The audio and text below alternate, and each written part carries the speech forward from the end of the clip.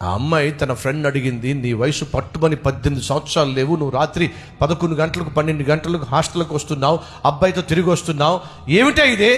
పొరపాటున నువ్వు ఒకవేళ గర్భం ధరిస్తే ఏ విధంగా నీ జీవితాన్ని ఫేస్ చేస్తావే, ఏ విధంగా నీ తల్లిని తండ్రిని ఫేస్ చేస్తావే, నీకేమైనా అర్థమవుతుందా అని తన హాస్టల్ మేట్ అడిగితే ఆ అమ్మాయి అంటుందట, పిచ్చిదానా, నేనేమైనా అంత తెలివి తక్కువదాని అనుకుంటున్నావా?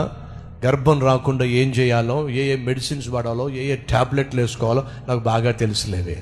సిగ్గు లేదు? 18 సంవత్సరాల వయసులో ఉండాల్సిన జ్ఞానం ఏమిటి?